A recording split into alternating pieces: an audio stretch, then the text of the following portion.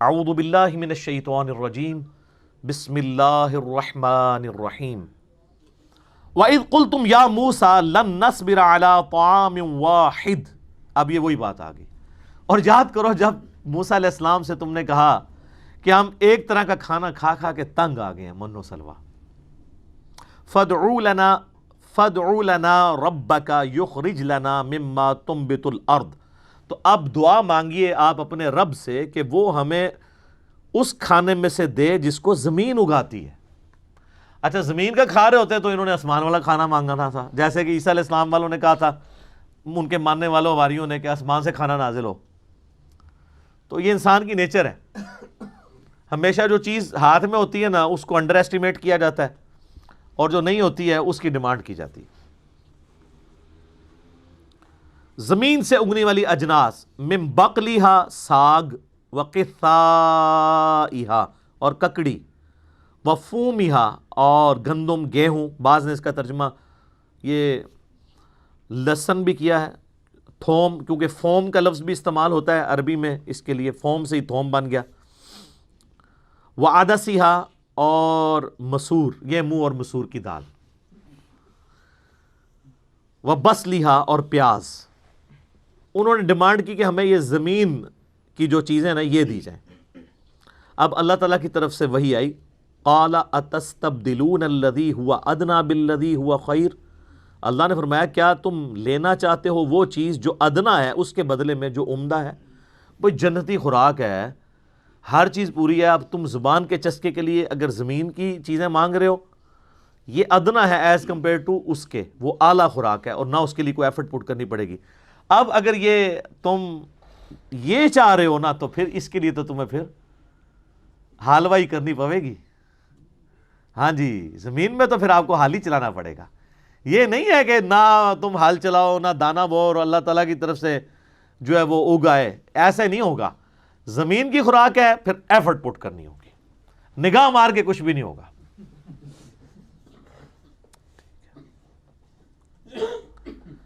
اہبطوا مصر، اچھا اب اتر جاؤ زمین میں. فإن لکم ما سألتم، تمہیں اس میں ہر وہ چیز ملے گی جو تم نے مانگی ہے. یعنی ظاہر اگانا تو اللہ نہیں ہے نا. تم ہل چلاؤ زمین میں، بیج بو، محنت کرو، اللہ کی طرف سے بارش آئے گی، اریگیشن کا انتظام ہوگا. اور شام آپ کو پتہ ہے ویسے اریگیشن کے اعتبار سے بڑی فٹ جگہ ہے سٹل ابھی بھی. تو اللہ تعالیٰ تمہیں خوراک دے گا. اب تم نے جو ہے نا وہ کمٹمنٹ کے ساتھ زمین میں کرنی ہے محنت. اب چونکہ انہوں نے اللہ تعالیٰ کی جنتی خوراک کو ریجیکٹ کر کے اور ادنا خوراک کی طرف توجہ کی، اب اللہ تعالیٰ کا عذاب کا کوڑا اس پہ بھی آیا. یہ دوسرا یونیورسل ٹروتھ آ رہا ہے. اللہ اکبر. وَضُرِبَتْ عَلَيْهِمُ الذِّلَّةُ، ہم نے ان پر تھوپ دی ذلت، والمسکنہ اور غربت. غربت سے مراد ہے یعنی غریب الوطنی پھر ان کے لیے لکھی گئی کہ آپ ٹھیک ہے مشقت اٹھاتے رہو، اب قیامت تک کے لیے اپنی محنت کرو. وَبَاءُوا بِغَضَبٍ مِّنَ اللَّهِ، اور وہ مستحق ہو گئے اللہ کے غضب کے. کس لیے ہوئے؟ ذَلِكَ بِأَنَّهُمْ كَانُوا يَكْفُرُونَ بِآيَاتِ اللَّهِ، اس لیے کہ وہ اللہ کی آیات کا انکار کیا کرتے تھے. اچھا یہ مجھے بتائیں اللہ کی آیات کا انکار کیسے کرتے تھے؟ وہ ہے ہی مسلمان تھے. تو یہاں کفر کا لفظ آیا. ہمارے یہاں پہ ہم کوئی آیت کافروں والی پیش کریں کہتے ہیں کافروں کے بارے میں، ہمارے بارے میں نہیں. اور سر کفر کا عربی مطلب ہے انکار کرنے والا. جو بے نمازی ہے وہ مسلمان ہو کے بھی کافر ہے، اپنے عمل سے وہ انکار کر رہا ہے. وَيَقْتُلُونَ النَّبِيِّينَ بِغَيْرِ الْحَقِّ، اور انہوں نے انبیاء کو ناحق قتل بھی کیا. وقت کے پیغمبروں کو قتل کر دیتے تھے. کیوں بھائی؟ جب وقت کا پیغمبر آتا تھا وہ کہتا تھا کہ تم کتاب کی تعلیم چھوڑ چکے ہو. حضرت زکریا علیہ السلام کو قتل کیا انہوں نے، یحییٰ علیہ السلام کو قتل کیا، ایون عیسیٰ علیہ السلام کو قتل کرنے کی سازش کی تو اللہ نے ان کو زندہ آسمانوں پہ اٹھا لیا. کیونکہ عیسیٰ علیہ السلام ان سے میٹھی میٹھی باتیں نہیں کرتے تھے نا. عیسیٰ علیہ السلام تو یروشلم میں جاتے تھے، ہیکل سلیمانی کے اندر جا کے جہاں علماء یہود تھے، اور وہاں جا کے کہتے تھے کہ تم لوگوں کو تو کہہ رہے ہو حرام خوریاں نہ کرو، خود سب سے بڑے حرام خور ہو. سر یہ بات کون سنتا ہے؟ اور یہ دیکھ لیں اتنی سخت بات ہے کہ وقت کا پیغمبر، اور پیغمبر خود یہودی پیغمبر، حضرت عیسیٰ علیہ السلام یہودی النسل تھے، یہ بھی نہیں تھا کہ کسی دوسری جگہ پیغمبر تھا، ان کی اپنی نسل سے تھے۔ انہوں نے جب مولویوں کو کہا تم حرام خوری کرتے ہو، انہوں نے کہا قتل کرو اسے۔ اگر وقت کا پیغمبر صحیح بات کرے تو مولوی جو ہے اس کو قتل کرنے کی سازش کرتے ہیں، تو مجھے آپ کو کدھر چھوڑنا ہے انہوں نے؟ ذالک بما عصوا وکانوا یعتدون، یہ اس لیے ہوا کہ وہ اللہ کی نافرمانی کرتے تھے اور حد سے گزر جاتے تھے۔ تو سر یہ اس کو ذہن میں رکھیے گا، یہ دوسرا یونیورسل ٹروتھ بھی اس امت کے اوپر بھی اسی طریقے سے اپلائی ہوگا۔ اگر یہ علماء حق کو قتل کریں گے، ان کی آوازوں کو دبائیں گے، اللہ کی آیات کا انکار کریں گے، جو ان کو جھنجھوڑے گا اس کے اوپر یہ فتوے لگائیں گے، جو کہ یہ کرتے آ رہے ہیں ابھی تک، تو ان کے ساتھ بھی یہی کچھ ہوگا۔ ان الذین آمنوا والذین ہادوا، بے شک وہ لوگ جو ایمان لے کر آئے اور وہ لوگ جو یہودی ہیں، والنصارى، اور جو نصارہ ہیں یعنی کرسچنز، والصابئین، اور جو صابی ہیں۔ یہ صابی سے مراد ستارہ پرست نہیں ہے، ابراہیم علیہ السلام کے دین کی یہ بگڑی ہوئی شکل تھی، یہ بھی ایک گاڈ کے ماننے والے تھے۔ من آمن باللہ، جو کوئی بھی ایمان لے آئے اللہ پر، والیوم الآخر، اور آخرت کے دن کے اوپر، وعمل صالحا، اور نیک اعمال اختیار کر لے، فلہم اجرہم عند ربہم، تو ان تمام لوگوں کے لیے اللہ کے حضور اجر پکا ہے۔ ولا خوف علیہم ولا ہم یحزنون، ان کو قیامت والے دن نہ کوئی خوف ہوگا نہ کوئی غم ہوگا۔ اس کا کانٹیکسٹ سٹارٹ ہوا ہے 5ویں رکوع سے، اور 5واں پورے کا پورا رکوع سٹارٹ ہی اس بات سے ہوا تھا کہ اے یہودیو، تم سب سے پہلا کفر تو نہ کرو اس کتاب کا اور پیغمبر آخر الزمان کا انکار کر کے۔ ایمان بالرسالت کا ذکر تو پہلے ہو چکا ہوا ہے، سٹارٹ ایمان بالرسالت سے ہوا تھا۔ اس میں امپلائیڈ ہے کہ ایمان بالرسالت تو ہے۔ اس کو آپ مثال سے سمجھیں، میں کہوں کہ ڈاک خانے میں یا بینک میں بل صبح 9 سے شام 5 بجے تک جمع ہوتے ہیں، اور آپ اتوار والے دن پہنچ جائیں اور آپ وہاں پہ انتظار کرتے رہیں، نہ ڈاک خانہ کھلے نہ بینک، تو آپ کہیں گے جی یہ تو علی بھائی نے جھوٹ بولا تھا۔ تو میں آپ سے کہوں گا کہ اس ایکسیپشن کے ساتھ تھا، یہ انڈرسٹوڈ تھی بات کہ اتوار والے دن بینک بند ہوگا۔ وَإِذْ أَخَذْنَا مِيثَاقَكُمْ وَرَفَعْنَا فَوْقَكُمُ الطُّورَ، اور وہ وقت یاد کرو کہ جب ہم نے اے بنی اسرائیل تم سے عہد لیا تھا۔ عہد کیا لیا تھا وہ آگے آ جائے گا، اور تم پر کوہ طور پہاڑ کو بلند کیا۔ یہ اللہ کی طرف سے ایک معجزہ ظاہر ہوا کہ کوہ طور پہاڑ اتنا بڑا پہاڑ ہے، وہ ایک سائبان بادل کی طرح ان کے سر کے اوپر آ گیا، اور اللہ تعالیٰ کی طرف سے وحی نازل ہوئی کہ اب تم اپنے پیغمبر کے ساتھ عہد کرو گے، تم ان کا ساتھ دو گے اس دین میں، اس کتاب کو اسٹیبلش کرنے میں، ورنہ یہ پہاڑ تم پہ ابھی گرا کے گرا۔ آپ ذرا امیجن کریں، اتنا بڑا پہاڑ جب سر پہ آیا ہو تو بڑے بڑے لوگوں کے چھکے چھوٹ جائیں گے۔ خُذُوا مَا آتَيْنَاكُمْ بِقُوَّةٍ، پکڑو اس کو جو ہم نے تمہیں دیا ہے پوری قوت کے ساتھ۔ یعنی کون سی چیز؟ تورات، انبیاء کی تعلیمات۔ وَاذْكُرُوا مَا فِيهِ لَعَلَّكُمْ تَتَّقُونَ، اور یاد رکھو ان احکامات کو جو اس کے اندر نازل ہوئے ہیں تاکہ تم تقوی کی روش اختیار کر سکو۔ اللہ کے حضور کامیابی اسی صورت میں ہے کہ تم تورات کو پکڑو مضبوطی سے اور وقت کے پیغمبر کی تعلیمات پر عمل کرو۔ ہائے ہائے، ثم تولیتم من بعد ذلک، لیکن اس کے بعد تم نے ہم سے منہ پھیر لیا، منہ موڑ لیا ہم سے۔ فلولا فضل اللہ علیکم ورحمتہ لکنتم من الخاسرین، اگر اللہ کا فضل اور رحمت تم پر نہ ہوتی تو یقیناً تم نقصان اٹھانے والوں میں سے ہو جاتے۔ یعنی یہ کہا جا رہا ہے کہ پھر سب کو اللہ ملیا میٹ کر دیتا۔ عذاب تو آیا، میں نے پہلے بھی بتایا کیسا عذاب نازل ہوا ہے کہ اللہ تعالیٰ کی طرف سے پلیگ کا مرض آیا، لاکھوں یہودی جو ہیں وہ اس طاعون کے مرض میں جو ہے وہ مر گئے۔ پھر اللہ تبارک و تعالیٰ کی طرف سے قتل مرتد کی سزا آئی، جو 70,000 یہودی ایک دن کے اندر قتل کیے گئے۔ اللہ تعالیٰ کی طرف سے یہ عذاب کا کوڑا ان پر برسا کہ توبہ کا سبب اب یہی ہے۔ یہ ساری چیزیں ہوئیں، تو اللہ تبارک و تعالیٰ کو راضی کرنا کوئی آسان کام نہیں ہے۔ یہ سارے معاملات ہوئے، لیکن اس کے باوجود باقی لوگوں کو اللہ نے بچا لیا۔ اس کا ہی اللہ ذکر کر رہا ہے کہ اگر اللہ چاہتا تو سب کو ہی تباہ و برباد کر دیتا، لیکن یہ اللہ کے فضل اور رحمت تھا کہ ہم نے پھر تمہیں کھلی چھٹی دی. تمہارے آباء و اجداد نے یہ حرکتیں کی لیکن جنہوں نے کیا ان کو سزا ملی, باقیوں کو ہم اس طریقے سے آگے لے کر چلے. وَلَقَدْ عَلِمْتُمُ الَّذِينَ اعْتَدَوْا مِنْكُمْ فِي السَّبْتِ, اور تم خوب جانتے ہو ان لوگوں کے بارے میں جنہوں نے ہفتے کے دن کے بارے میں نافرمانی کی تھی. اللہ تعالیٰ نے ان کے اوپر یہ پابندی لگائی تھی کہ پورا ہفتہ وہ شکار کر سکتے ہیں لیکن سیٹرڈے کا دن ٹوٹلی ڈیڈیکیٹڈ ہے اللہ کے لیے, اور اس دن تم نے شکار نہیں کرنا. لیکن سورۃ الاعراف میں آتا ہے کہ وہ پورا ہفتہ مچھلیاں اس طرح نہیں آتی تھیں جس طرح ہفتے والے دن آتی تھیں, بلکہ وہ ان کی نظروں کے سامنے پھدکتی تھیں. تو کتنا دیر بندہ صبر کر سکتا ہے؟ تو انہوں نے پھر گڑھے کھود لیے ایڈجسنٹ سمندری جھیل کے ساتھ. جب مد و جزر کی وجہ سے پانی چڑھتا تھا ان گڑھوں میں پھنس جاتا تھا, جب پانی اترتا تھا وہ مچھلیاں گڑھے میں آ جاتی تھیں. تو ہفتے والے دن تو وہ شکار نہیں کرتے تھے, اتوار کو کر لیتے تھے. یعنی انہوں نے ایک ہیلا, ایک بہانہ ڈھونڈا شکار کا. تو اللہ تعالیٰ تمہیں خوب معلوم ہے کہ تم میں سے کون سے لوگ تھے تمہارے آباء و اجداد میں سے جنہوں نے ہفتے کے دن کے معاملے میں نافرمانی کی. فَقُلْنَا لَهُمْ كُونُوا قِرَدَةً خَاسِئِينَ, تو ہم نے ان سے کہا تھا کہ جاؤ پھٹکارے ہوئے بندر بن جاؤ. تو وہ سب کے سب لوگ جو اس نافرمانی کے اندر انوالو ہوئے تھے وہ اللہ تعالیٰ کی طرف سے پھٹکارے ہوئے بندر بن گئے. اللہ نے ان کو بندر بنا دیا. وَلِعَوْذُ بِاللَّهِ تَعَالَى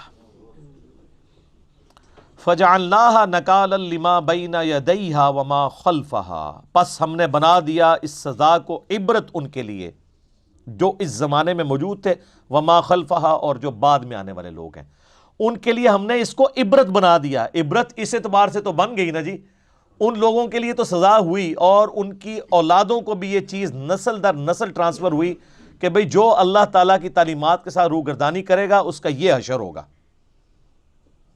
یہ چیز تو ٹرانسفر ہوئی, تو آنے والے لوگوں کے لیے عبرت بن گئی.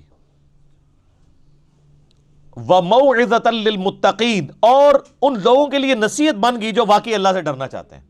جو اللہ کے خوف رکھنے والے لوگ ہیں ان کے لیے تو نصیحت بن گئی نا جی, کہ اللہ تعالیٰ کی ایک اتنی لاڈلی امت تھی, اس نے جب وقت کے پیغمبر کی نافرمانی کی تو اللہ نے ان کو بندر بنا دیا. ایک اور جگہ آتا ہے خنزیر بھی بنایا.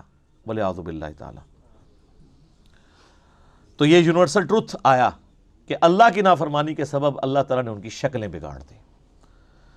وَإِذْ قَالَ مُوسَىٰ لِقَوْمِهِ, اور وہ وقت بھی یاد کرو جب موسیٰ علیہ السلام نے اپنی قوم سے کہا إِنَّ اللَّهَ يَأْمُرُكُمْ أَن تَذْبَحُوا بَقَرَةً, کہ بے شک اللہ نے تمہیں حکم دیا ہے کہ تم ذبح کرو گائے کو. اب یہ وہ گائے والا واقعہ بڑا مشہور آ رہا ہے جس کی وجہ سے اس سورت کا نام بھی سورۃ البقرہ ہے. بقرہ عربی میں کہتے ہیں گائے کو. اب یہاں پر ان کو گائے کی قربانی کا حکم ہوا تو آپ دیکھیں کہ پیغمبر کے ساتھ گفتگو کس طریقے سے یہ لوگ کر رہے ہیں. قالوا اتتخذونا ہزوا, کہ اے موسیٰ آپ ہم سے مذاق کر رہے ہیں. یعنی اب وہ بھاگنے کا ایک ذریعہ ہے کہ اے مطلب سچی سچی کہہ رہے ہو یا ہمیں تو کہتے پہ ہو. پیغمبر مذاق کرتا ہے. دین کے حکام جب وہ سکھا رہا ہوتا ہے کہ اللہ نے حکم دیا ہے تو اللہ نے کوئی مذاق کرنا ہے پیغمبر کے فالورز کے ساتھ. قال اعوذ باللہ ان اکون من الجاہلین, تو موسیٰ علیہ السلام نے کہا میں اللہ کی پناہ میں آتا ہوں ایسی جاہل قوم سے. یعنی آپ دیکھیں کہ پیغمبر کو مانے ہوئے ہیں اس کے باوجود حرکتیں دیکھیں. تو اب انہوں نے کہا قالوا ادع لنا ربک یبین لنا ما ہی, انہوں نے کہا اپنے رب سے پوچھ کر بتائیں کہ وہ گائے کس قسم کی ہو. بھئی اللہ حکم دے رہا ہے کہ ایک گائے قربان کر دو, کوئی سی بھی گائے لو قربان کر دو. یہ اب بال کی کھال اتار رہے ہیں اور اپنے لیے پھر مشکل کھڑی کر لی. قال انہ یقول, تو انہوں نے فرمایا کہ اللہ تعالیٰ فرماتا ہے انہا بقرۃ لا فارض ولا بکر, کہ کوئی بھی ایک گائے ہو جو نہ زیادہ بوڑھی ہو نہ بالکل چھوٹی عمر کی ہو, درمیانی سی کوئی گائے لو اس کو قربان کر دو. عوان بین ذالک, درمیانی عمر کی, ان دونوں کے درمیان, بوڑھی اور جوان کے درمیان. ففعلوا ما تؤمرون, جو حکم ہوا ہے اس کو پورا کرو. اس کے بعد تو اب کوئی گنجائش نہیں تھی نا کہ بھئی آپ کہا ہے کہ پورا کرو, اب کیوں اس کی بال کی کھال اتارتے ہو. قالوا ادع لنا ربک یبین لنا ما لونھا, وہ کہنے لگے کہ آپ اپنے رب سے دعا کریں اور پوچھ کے بتائیں کہ اس کا رنگ کیسا ہو. ہائے صدقے. قال انہ یقول انہا بقرۃ صفراء، وہ کہنے لگے کہ اللہ تعالیٰ نے وحی کے ذریعے مجھے یہ بتایا ہے کہ وہ ایسی گائے ہونی چاہیے جو شوخ زرد کلر کی ہو، گولڈن کلر کی، جس طرح کا وہ سونے کا بچڑا بنایا ہوا تھا. اب وہی چیز جو ان کے دماغ میں تھی نا کہ ہم نے نہیں کرنی، اللہ نے وہی کہا کہ ہاں بھی وہ گولڈن کلر کا بچڑا بنایا سی نا، انہوں ہی کون ہے، ٹھیک، اس کلر دی لبو. اب شوخ زرد کلر کی گائے آج ڈھونڈنی پڑ جائے آپ کو تو مصیبت پڑ جائے گی، بڑی مشکل سے پھر ملے گی. فاقع لونها تسر الناظرین، وہ ایسی اس کی رنگت ہو کہ دیکھنے والے کا دل خوش ہو جائے ایک بار دیکھ کے، آئے ہائے کیا گولڈن کلر کی گائے ہے، خوبصورت. قالوا ادع لنا ربک، تو انہوں نے کہا کہ اپنے رب سے یہ پوچھ کے یہ بھی بتائیں، یبین لنا ما ہی، کہ وہ کس قسم کی ہو، کھول کر ذرا بتائے. اور کتنی کھول کے دسیا جائے جی، کتنا نو اور کھولے آ جائے. ہم ان کو بتاتے یار دیکھیں قرآن میں لکھا ہوا ہے ایاک نعبد و ایاک نستعین، وہ کہتے ہیں نہیں تھوڑا اور بتائیں نا، اور کیا کریے بھئی، جو لکھا ہوا ہے وہ کرو. وہ اصل میں بابوں کو پکارنا چھوڑنا نہیں چاہتے تو وہ بال کی کھال اتارتے ہیں. تو کہنے لگے کہ پوچھ کے بتائیں نا، ہمیں تو سمجھ نہیں آ رہی. ان البقرہ تشابہ علینا، بے شک ہم پر تو مشتبہ ہوگی بات، ایمبیگوس ہوگی سچویشن کہ کون سی گائے ہو. ان دسو کیڑی گائے ہو، دس دیتا بھی بھئی نہ بڑی عمر کی ہو نہ چھوٹی عمر کی ہو، کر دو. پھر ان کا رنگ پوچھو، رنگ بھی بتا دیا. اب اس میں سے کیا نکالنا ہے اب، اور کہ اس کے جسم پہ کتنے بال ہوں، یہی رہ گیا نا پیچھے. ٹھیک ہے نا جی، کیا کھاتی ہو یہ. اچھا، وَإِنَّا إِن شَاءَ اللَّهُ لَمُهْتَدُونَ، اور بے شک اللہ نے چاہا تو ہم ضرور ایسی گائے تلاش کر لیں گے. اللہ سے ذرا پوچھ کے بتائے وہ ہو کس قسم کی. یہ ان سے ایک انجانے میں عقل مندی ہو گئی کہ انہوں نے انشاءاللہ بول دیا. اگر یہ انشاءاللہ نہ بولتے نا تو عذاب ہی آنا تھا، گائے نہیں تھی ان کو ملنی. یہ انشاءاللہ کی برکت ظاہر ہوئی تو انہوں نے کہا بتائیں. اب اللہ تعالیٰ نے پھر ایک اور شرط میں اضافہ کر دیا.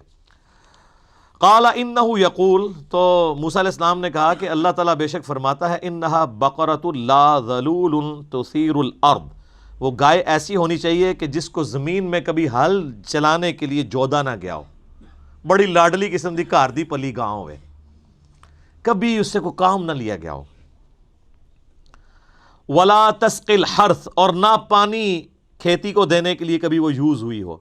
مسلمۃ لا شیعۃ فیہا، اور بے عیب بے داغ ہو، کوئی زخم نہ ہو، کوئی جسم کے اوپر نشان ایسا نہیں ہونا چاہیے، کوئی سینگ نہ ٹوٹا ہوا ہو، کوئی آنکھ اس کی ہر عیب سے پاک ہو.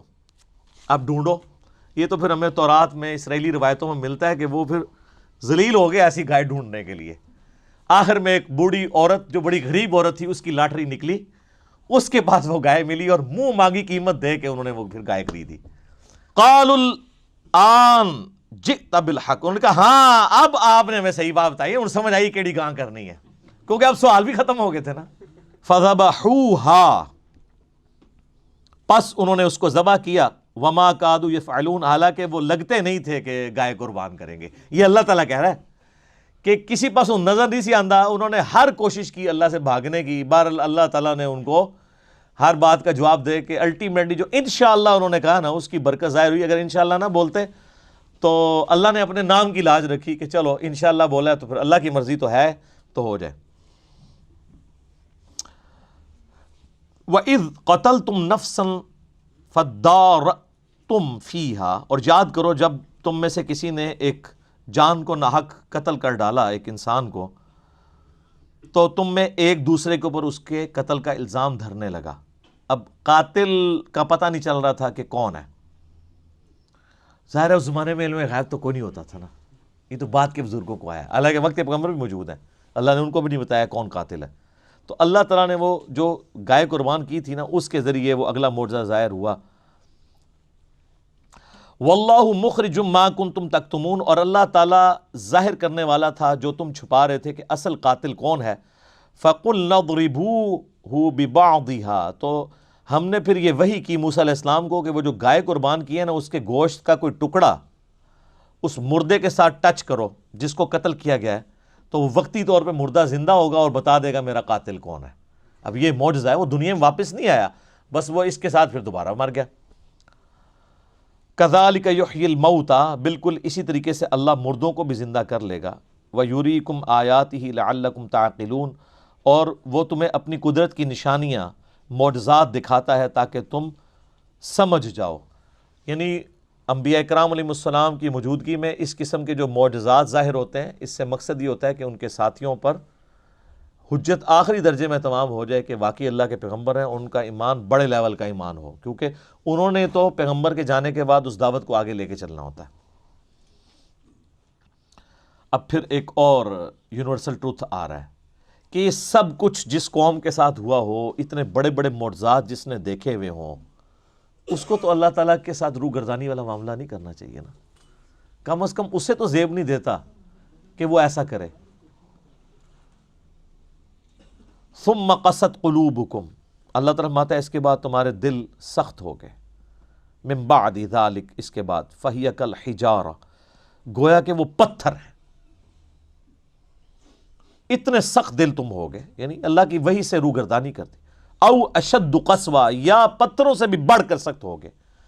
وَإِنَّ مِنَ الْحِجَارَةِ لَمَا يَتَفَجَّرُ مِنْهُ الْأَنْهَارُ، اور بے شک پتھروں میں بھی ایسے ہیں کہ جن میں سے نہریں بہہ نکلتی ہیں۔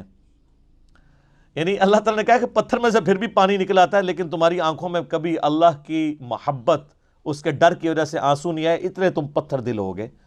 پتھروں میں ایسے موجود ہیں کہ جن کے اندر چشمے جاری ہوتے ہیں، یعنی اس کی فزیکل ریزن کوئی بھی ہو، چشمے اللہ نے جاری کر کے انسانیت کی خدمت میں لگایا ہے پتھروں کو، لیکن اللہ تعالیٰ نے ایک، چونکہ یہ ادب کی کتاب ہے، اس کی طرف اس کی تشبیہ بھی کی کہ پتھروں میں سے بھی پانی نکل آتا ہے، یہ انسان تو پتھروں سے بھی گئے گزرا ہے۔ اور یہ عین ممکن ہے کہ فزیکلی بھی ایسا ہو کہ اللہ تبارک و تعالیٰ نے ہر چیز کی جس طرح فزیکل ریزن رکھی ہوئی ہے، اس طرح اس کی ایک روحانی ریزن بھی اپنی جگہ میں موجود ہو۔ وَإِنَّ مِنْهَا لَمَا يَشَّقَّقُ فَيَخْرُجُ مِنْهُ الْمَاءُ، اور اللہ تعالیٰ فرماتا ہے پتھروں میں بھی ایسے ہیں جو پھٹ پڑتے ہیں اللہ تعالیٰ کے خوف کی وجہ سے، ان میں سے پانی نکلنا شروع ہو جاتا ہے۔ وَإِنَّ مِنْهَا لَمَا يَهْبِطُ مِنْ خَشْيَةِ اللَّهِ، اور کئی ایسے ہیں جو خوف کے مانند پتھر ایسے ہیں کہ وہ اللہ کے خوف سے گر پڑتے ہیں، ایسی ان کے اوپر بھی خشیت طاری ہوتی ہے۔ لیکن یہ ساری چیزیں ہم آبزرو نہیں کر سکتے الا یہ کہ وقت کا پیغمبر موجود ہو اور اللہ تعالیٰ اس کے ساتھیوں کا ایمان بڑھانے کے لیے ایسی چیزیں آبزرو کروا دے۔ وَمَا اللَّهُ بِغَافِلٍ عَمَّا تَعْمَلُونَ، اور اللہ تعالیٰ غافل نہیں ہے اس سے جو تم کر رہے ہو، یعنی اللہ تعالیٰ ہر عمل سے واقف ہے جو تم کر رہے ہو۔ أَفَتَطْمَعُونَ أَن يُؤْمِنُوا لَكُمْ، اب مسلمانوں کی طرف روئے سخن ہے، اے مسلمانوں کیا تمہیں یہ لالچ ہے، یہ طمع ہے، تمہاری یہ بڑی شدید خواہش ہے کہ یہودی ایمان لے آئیں؟ ظاہر ہے مسلمانوں کی خواہش تو تھی، وہ کہتے تھے ہم تو امی ہیں، ہم تو جاہل ہیں، یہ تو کتابیں پڑھے ہوئے ہیں، یہ تو بات مان لیں۔ تو اللہ فرماتا ہے تمہیں بڑے ہی یہ طمع ہے کہ یہ ایمان لے آئے۔ وَقَدْ كَانَ فَرِيقٌ مِّنْهُمْ يَسْمَعُونَ كَلَامَ اللَّهِ، جبکہ یہ وہ لوگ ہیں، ان میں ایسا گروہ بھی رہا ہے کہ وقت کا پیغمبر موجود ہے، ان میں ایسے لوگ موجود ہیں کہ وہ کلام اللہ کو سنتے ہیں، ان کو پتہ ہے کہ یہ تورات ہے، ثُمَّ يُحَرِّفُونَهُ مِن بَعْدِ مَا عَقَلُوهُ وَهُمْ يَعْلَمُونَ، اور وہ اس میں تحریف کر دیتے تھے بعد اس کے کہ وہ عقل بھی رکھتے ہیں، اور وہ جان بوجھ کر فتوے دیتے تھے ایسے کہ اللہ کی شریعت کو تحریف کر دیتے تھے، بدل دیتے تھے۔ وَإِذَا لَقُوا الَّذِينَ آمَنُوا، اور جب یہ ملتے ہیں ایمان والوں سے، قَالُوا آمَنَّا، ہم کہتے ہیں ہم ایمان لے کے، یہ منافقین کا ذکر ہو رہا ہے، بزدل ہوتے ہیں نا، ایمان والوں سے کہتے ہیں مومن ہیں۔ وَإِذَا خَلَا بَعْضُهُمْ إِلَىٰ بَعْضٍ، اور جب علیحدہ ہوتے ہیں بعض میں خلوت میں، قَالُوا أَتُحَدِّثُونَهُمْ بِمَا فَتَحَ اللَّهُ عَلَيْكُمْ، تو وہ یہ کہتے ہیں کہ کیا تم ان سے ان باتوں کا ذکر کرتے ہو کہ یہ اللہ تعالیٰ کے حضور ان باتوں کو یوز کرے، لِيُحَاجُّوكُمْ بِهِ عِنْدَ رَبِّكُمْ، کہ اللہ کے حضور وہ جھگڑا کر سکیں ان باتوں کے اوپر۔ یعنی صحابہ کرام میں جب یہ بیٹھتے تھے، ظاہر ہے قانوناً تو یہ بھی صحابہ ہی تھے، تو جب صحابہ کرام نبی علیہ السلام کی کوئی عظمت بیان کرتے تھے نا، تو ان میں کوئی بولے بالے قسم کے لوگ تھے، وہ کہتے تھے ہاں ہاں تورات میں بھی نبی علیہ السلام کی یہ خوبی لکھی ہوئی ہے۔ اب وہ جب لادہ ہوتے تھے، وہ کہتے تھے یار تمہیں پتہ ہے ہم نے اوپر سے ایمان قبول کیا، تم کیوں مسلمانوں کو بتا رہے ہو کہ حضور کی نشانیاں موجود ہیں؟ یہ تو تمہارے خلاف پھر دلیل کے طور پہ پیش کر دیں گے، تو ان کو نہ یہ باتیں بتایا کرو۔ افلا تعقلون، کیا تمہیں اتنی بھی عقل نہیں ہے؟ اب اللہ تعالیٰ نے اس کا جواب دیا ہے کہ یہ جو کہانی کرا رہے ہو نا، کہ ان کو نہ پتہ چلے، ورنہ یہ اللہ کے حضور کہیں گے کہ ان کو تو پتہ تھا یا اللہ کہ یہ ان کی کتابوں میں یہ لکھا ہوا ہے، تو انہوں نے کیوں نہیں تیرے پیغمبر کو مانا اور اوپر سے مانا اور اندر سے انکار کیا۔ اب اللہ تعالیٰ اس کا جواب دے رہا ہے، اولا یعلمون ان اللہ یعلم ما یسرون وما یعلنون، کیا انہوں نے اس پہ بھی کبھی غور نہیں کیا کہ اللہ تعالیٰ سب کچھ جانتا ہے، جو کچھ یہ چھپاتے ہیں، جو کچھ ظاہر کرتے ہیں۔ یعنی اللہ کا انہیں کوئی خوف نہیں ہے۔ اگر مسلمانوں کو سپوز یہ لوگ نہ بھی بتائیں تو کیا اللہ اپنے پیغمبر کے ذریعے وہ پروفیسیز صحابہ کرام کو نہیں بتا سکتا؟ کیا تم دین حق کو چھپاؤ گے تو اللہ تعالیٰ اپنے پیغمبر کے ذریعے اس کا غلبہ نہیں کروا سکتا؟ اللہ کا خوف رکھو، تم یہ بیچ میں کیوں رنگ میں بھانگ ڈالنے کی کوشش کر رہے ہو؟ اور بے شک اللہ تعالیٰ جانتا ہے جو کچھ وہ چھپاتے ہیں، جو کچھ ظاہر کرتے ہیں۔ وَمِنْهُمْ أُمِّيُّونَ، اور ان میں سے ان پڑھ لوگ بھی ہیں، یعنی یہودی سارے پڑھے لکھے نہیں تھے، ان میں جاہل بھی تھی پبلک۔ لا يعلمون الکتاب، وہ کتاب کو تو نہیں جانتے، الا امانیہ، سوائے کچھ جھوٹی جو کہانیاں جو ان کے اندر چل رہی ہیں، ان کی وشفل تھنکنگز۔ وَإِنْهُمْ إِلَّا يَظُنُّونَ، وہ محض اپنے وہم و گمان کے پیچھے چل رہے ہیں۔ ان کو آگے پھر اللہ تعالیٰ بیان کرے گا کہ یہ وہ امی ہیں، ان پڑھ لوگ ہیں کہ جن کو یہ کہانی انہوں نے کرا دی ہوئی ہے کہ ہم دوزخ میں گئے بھی تو چند دنوں کے لیے جائیں گے، بعد میں اللہ تعالیٰ ہمیں نکال لے گا۔ اللہ ہمارے جو جاہل لوگ ہیں نا، انہوں نے اپنی خواہشات کو دین کا نام دیا ہوا ہے۔ اللہ تعالیٰ ویسا نہیں ہے جیسا وہ اللہ کے بارے میں گمان کیے ہوئے ہیں۔ فَوَيْلٌ لِّلَّذِينَ يَكْتُبُونَ الْكِتَابَ، یہ ایک اور یونیورسل ٹروتھ آ رہا ہے، خرابی ہے ان لوگوں کے لیے جو کتاب لکھتے ہیں بِأَيْدِيهِمْ، اپنے ہاتھوں سے، ثُمَّ يَقُولُونَ هَذَا مِنْ عِنْدِ اللَّهِ، اس کے بعد لوگوں کو یہ بتاتے ہیں کہ یہ اللہ کی طرف سے نازل ہوئی ہوئی ہے، لِيَشْتَرُوا بِهِ ثَمَنًا قَلِيلًا، اور اس کے عوض دنیا کے چند ٹکے حاصل کرنے کے لیے فتویٰ بازی کرتے ہیں اور کہتے ہیں اللہ نے حکم دیا ہے۔ مجھے بتائیں یہ کس کے بارے میں آیت ہو سکتی ہے؟ فتوے کون لکھتا ہے؟ علماء۔ علماء کی جتنے فضائل قرآن میں بیان ہوئے ہیں نا، علماء سو کے اور علماء حق کے بھی، اتنے آپ کو احادیث میں نہیں ملیں گے، بلکہ پورا تانا بانا ہی علماء کے گرد گھومتا ہے کہ کام ہی انہوں نے ڈالا ہے۔ تو اللہ فرماتا ہے چند ٹکوں کے عوض یہ لوگ اللہ کی آیات کو بیچتے ہیں اس حوالے سے کہ وہ فتوے لکھتے ہیں اپنی مرضی سے اور کہتے ہیں یہ اللہ کی طرف سے نازل ہوا ہے۔ یہی ہوتا ہے۔ فَوَيْلٌ لَّهُم مِّمَّا كَتَبَتْ أَيْدِيهِمْ، اللہ فرماتا ہے ہلاکت ہے ان کے لیے اس وجہ سے جو انہوں نے یہ فتوے لکھے۔ وَوَيْلٌ لَّهُم مِّمَّا يَكْسِبُونَ، اور ہلاکت ہے جو انہوں نے اس سے مال کمایا، اللہ کی طرف جھوٹے فتوے منسوب کر کے، جھوٹے مسائل منسوب کر کے، جھوٹی آیات گھڑ کے۔ یہ تو سر اللہ نے اس قرآن کی حفاظت کی ذمہ داری لی ہے، ورنہ کام اس کے ساتھ بھی ڈال جانا تھا۔ اور قرآن کی بھی حفاظت صرف ٹیکسٹ کی ہے، عربی ٹیکسٹ کی، یہ ذہن میں رکھیے گا، ورنہ قرآن کی بھی تعریف ہو چکی ہوئی ہے۔ سر جب پاکستان میں کروڑوں لوگ ہر نماز میں ایاک نعبد و ایاک نستعین پڑھنے کے بعد بھی بابوں کو پکار رہے ہوں، تو پریکٹیکلی تو انہوں نے قرآن کی تعریف کر دی ہوئی ہے نا، یہ علماء نے ان کو پٹی پڑھائی ہے نا۔ ورنہ ایک گورا جو نیو مسلم ہو وہ ایاک نعبد و ایاک نستعین پڑھنے کے بعد بابوں کو پکار سکتا ہے؟ وہ سوچ بھی سکتا ہے؟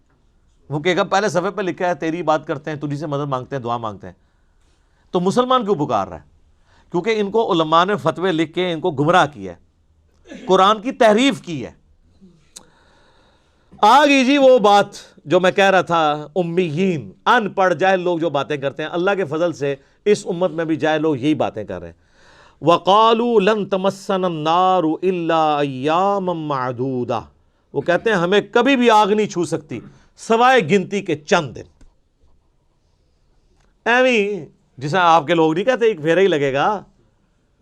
اب قرآن میں تو یہ ہونا چاہیے تھا کہ ہاں ایک پھیرا لگے گا پھر تمہیں ادھر بھیج دیں گے۔ اس کا جواب ذرا اللہ کی طرف سے سنیں۔ یہ پھیرے والے جو اتنے دلیر لوگ ہیں نا، ان کے بارے میں اللہ تعالیٰ کیا فرما رہا ہے؟ قُلْ اتَّخَذْتُمْ عِنْدَ اللَّهِ عَهْدًا، کیا تم نے اللہ سے کوئی ایسا وعدہ لے رکھا ہے؟ فَلَن يُخْلِفَ اللَّهُ عَهْدًا، کہ اللہ اس وعدے کی خلاف ورزی نہیں کرے گا۔ أَمْ تَقُولُونَ عَلَى اللَّهِ مَا لَا تَعْلَمُونَ، یا پھر تم اللہ پر ایسی بات ڈال رہے ہو جسے تم جانتے ہی نہیں ہو کہ کتنا بڑا جرم کر رہے ہو، اپنی مرضی سے اللہ کے بارے میں یہ بات کر رہے ہو کہ اللہ ہمیں کچھ دنوں کے لیے دوزخ میں ڈالے گا، بعد میں چھوڑ ہی دے گا۔ یہ اللہ نے کس جگہ پہ تم سے یہ وعدہ لیا ہوا ہے کہ حضرت صاحب آپ کا ایک پھیرا لگے گا پھر آپ جنت میں چلے جائیں گے؟ تو ظاہر ہے کہیں بھی نہیں لیا ہوا، تو اللہ ہمارا اس کے مطلب ہے اللہ پہ جھوٹ باندھ رہے ہو۔